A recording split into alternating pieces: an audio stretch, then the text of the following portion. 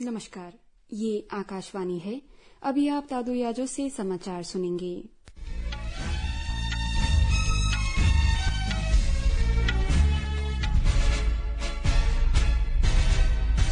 पहले मुख्य समाचार। निर्वाचन आयोग ने तेलंगाना सरकार को रायतू बंधु योजना के अंतर्गत वित्तीय सहायता वितरित करने की अनुमति वापस ली। राष्ट्रपति द्रौपदी मुर्मू ने कहा, भारत में बंदरगाहों को ढांचागत और परिचालन संबंधी चुनौतियों से निपटने की आवश्यकता।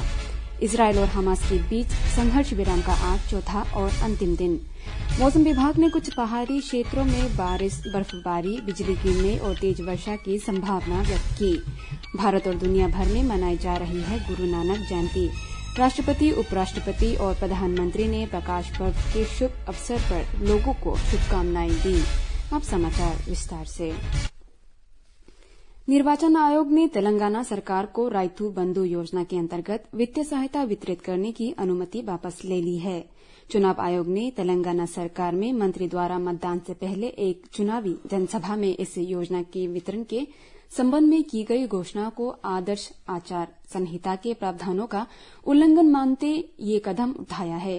चुनाव आयोग ने कहा है कि तेलंगाना राज्य में सभी रूपों में आदर्श आचार संहिता लागू रहने तक इस योजना की कोई वित्तीय मदद का वितरण नहीं होगा। आयोग ने अपनी जांच में पाया है कि चुनाव में भारत राष्ट्र समिति के उम्मीदवार और तेलंगाना के मौजूदा वित्त मंत्री टी हरीश राव ने रायतू बंधु योजना के वितरण की तारीख से एक निश्चित समय पहले बयान देकर न केवल आदर्श आचार संहिता के प्रावधानों का उल्लंघन किया है, बल्कि उन्होंने योजना के तहत वितरण को प्रचारित करके निर्धारित शर्तों का भी उल्लंघन किया है। राष्ट्रपति द्रौपदी मुर्मू ने आशा व्यक्त की है कि गहरे समुद्र का पता लगाने के लिए भारत का पहला मानवयुक्त समुद्रयान मिशन देश के लिए एक बड़ी सफलता साबित होगी। उन्होंने कहा कि मिशन समुद्रयान 6000 मीटर की गहराई में गहरे समुद्र के संसाधनों और जैव विविधताओं का अध्ययन करेगा, जो देश के लिए चंद्रयान 3 जैसी बड़ी उपलब्धि साबित होगी। राष्ट्रपति द्रौपदी मुर्मू ने अपने गृह राज्य ओडिशा के पारादीप में पारादीप पोर्ट ट्रस्ट द्वारा आयोजित बोइटा वंदना नावों की पूजा समारोह में भाग लिया। राष्ट्रपति ने कहा कि भारत की लगभग 7500 किलोमीटर लंबी तट रेखा और देश का समुद्री व्यापार दुनिया के आर्थिक क्रियाकलापों में एक बड़ी भूमिका निभाता है। राष्ट्रपति ने कहा कि भारतीय बंदरगाहों को क्षेत्र में विभिन्न चुनौतियों से निपटने के लिए बेहतर बुनियादी ढांचे और कुशल कार्यबल से सुसज्जित होने की आवश्यकता है। राष्ट्रपति ने कहा कि केंद्र सरकार समृद्धि के लिए बंदरगाह और प्रगति के लिए बंदरगाह की थीम पर काम कर रही है। राष्ट्रपति ने युवाओं से नौकरी मांगने वाले की बजाय नौकरी प्रदाता बनने का आह्वान किया। उन्होंने कहा कि देश के युवा अपना और दूसरों का जीवन बेहतर बनाने के लिए उद्यमिता और अन्य व्यवसाय संबंधी गतिविधियों में अपना भविष्य बना सकते हैं। राष्ट्रपति ने कहा कि इस तरह की गतिविधियों के चलने से देश जल्द ही आत्मनिर्भर भारत के रूप में जाना जाएगा। राष्ट्रपति ने कार्तिक पूर्णिमा के अवसर पर ओडिशा की प्राचीन समुद्री महात्म्य के उपलक्ष्य में एक विशेष नाव को झंडी दिखाकर रवाना किया। राष्ट्रपति मुर्मू ने वर्चुअल माध्यम से एक मल्टी मॉडल लॉजिस्टिक पार्क का उद्घाटन, पोर्ट टाउनशिप के लिए नया जलाशय और जल शोधन संयंत्र तथा नई पीढ़ी के जहाज यातायात प्रबंधन और सूचना प्रणाली की आधारशिला रखी। इस अवसर पर राष्ट्रपति के साथ केंद्रीय मंत्री श्रीपाद येसो नायक और ओडिशा के राज्यपाल रघुवर दास मौजूद थे। इजरायल और हमास के बीच संघर्ष विराम का आज चौथा और अंतिम दिन है। संघर्ष विराम के पहले दिनों में हमास ने 117 फिलिस्तीनी कैदियों की रिहाई के बदले में अगवा किए गए कुल 58 बंधकों को रिहा किया है। हमास ने इजरायल के साथ लड़ाई में मौजूदा 4 दिवसीय संघर्ष विराम को बढ़ाने की मांग की है। इजरायल के प्रधानमंत्री बेंजामिन नेतन्याहू ने कहा है कि मूल समझौतों को बढ़ाया जा सकता है। मूल संघर्ष विराम समझौते के अनुसार हमास को लड़ाई में प्रत्येक अतिरिक्त दिन के संघर्ष विराम के लिए अतिरिक्त 10 बंधकों को रिहा करने की आवश्यकता होगी। मौजूदा संघर्ष विराम के अंतिम दिन आज और अधिक इजरायली बंधकों और फलस्तीनी कैदियों को रिहा किया जाएगा। इस बीच अमेरिकी राष्ट्रपति जो बाइडेन ने कहा है कि अमेरिका इजरायल और हमास की लड़ाई में अधिक से अधिक बंधकों की रिहाई करने और गाजा तक मानवीय सहायता पहुंचाने के लिए संघर्ष विराम को बढ़ाने पर जोर देगा। मौसम विभाग ने पश्चिमी विक्षोभ के कारण जम्मू कश्मीर, उत्तराखंड और हिमाचल प्रदेश के कुछ क्षेत्रों में बारिश, बर्फबारी, बिजली गिरने और तेज वर्षा की संभावना व्यक्त की है। आकाशवाणी समाचार से बातचीत में मौसम विभाग के महानिदेशक डॉक्टर मृत्युंजय महापात्र ने बताया कि उत्तर प्रदेश और मध्य प्रदेश के कुछ भागों के साथ साथ महाराष्ट्र के विदर्भ क्षेत्र में भी तेज बारिश होने की आशंका है। उन्होंने कहा कि सक्रिय पश्चिमी विक्षोभ के कमजोर होने पर उत्तरी और मध्य भारत की कुछ क्षेत्रों में मौसम में सुधार होने की उम्मीद है।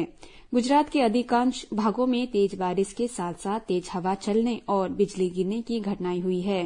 सुरेंद्रनगर जिले से चूड़ा में सबसे अधिक 4 इंच वर्षा रिकॉर्ड हुई है।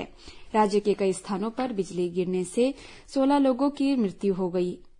राज्य में बेमौसम बारिश से फसलों को काफी नुकसान पहुंचा है। नई दिल्ली के प्रगति मैदान में 42वां भारत अंतर्राष्ट्रीय व्यापार मेला आज संपन्न हो जाएगा। ये मेला 14 नवंबर से चल रहा है। व्यापार मेले का विषय है वासुदेव कुटुंबकम। ये विषय सतत विकास और जन कल्याण का लक्ष्य हासिल करने के लिए व्यापार से आपस में जुड़े रहने और सहयोग बढ़ाने के महत्व पर जोर देता है। विदेशों और भारत के 3000 से अधिक व्यापारी इस मेले में भाग ले रहे हैं और अपने उत्पादों का प्रदर्शन कर रहे हैं। इस वर्ष बिहार और केरल भागीदार राज्य हैं, जबकि दिल्ली, जम्मू कश्मीर, झारखंड और उत्तर प्रदेश केंद्रित राज्य है। दिव्यांगों और वरिष्ठ नागरिकों के लिए मेले में प्रवेश निःशुल्क है। गुरु नानक जयंती या गुरु पर्व पूरे भारत और दुनिया भर में धार्मिक उत्साह के साथ मनाया जा रहा है। यह पहले सिख गुरु गुरु नानक देव जी के जन्म का प्रतीक है, जिन्होंने सिख धर्म की नींव रखी थी। इस वर्ष गुरु नानक देव जी की 554वीं जयंती है। गुरु नानक देव जी का जन्म नानकशाही कैलेंडर में कार्तिक माह की पूर्णिमा के दिन हुआ था। इस दिन दुनिया भर में श्रद्धालु प्रार्थना करते हैं। गुरु नानक देव का जन्म 1469 में वर्तमान पाकिस्तान के पंजाब क्षेत्र के तलवंडी गांव में हुआ था, जिसे अब नानकाना साहिब के नाम से जाना जाता है। इस अवसर को प्रकाश पर्व के रूप में मनाया जाता है और इस दिन सिख समुदाय के लोग गुरुद्वारों में जाते हैं, सेवा में शामिल होते हैं और गुरु नानक के नाम पर लंगर में भाग लेते हैं। गुरुद्वारों में कीर्तन किया जाता है और इस दिन को गुरु पर्व के रूप में मनाया जाता है। राष्ट्रपति द्रौपदी मुर्मू ने गुरु नानक देव जी के जयंती के अवसर पर भारत और विदेश में रहने वाले सभी भारतीयों, विशेषकर सिख भाइयों और बहनों को बधाई और शुभकामनाएं दी। राष्ट्रपति ने अपने सोशल मीडिया संदेश में कहा कि गुरु नानक देव जी के समानता और निस्वार्थ सेवा के मूल्य पर बल दिया। राष्ट्रपति ने कहा कि गुरु नानक देव जी का मानना था कि मानवता की सेवा भगवान की सेवा है और उन्होंने लोगों को प्रेम, शांति और करुणा के मूल्यों का पालन करने के लिए प्रेरित किया। राष्ट्रपति ने कहा कि गुरु नानक देव जी ने ज्ञान का प्रकाश फैलाया और शब्द के माध्यम से लोगों को आध्यात्मिकता का मार्ग दिखाया।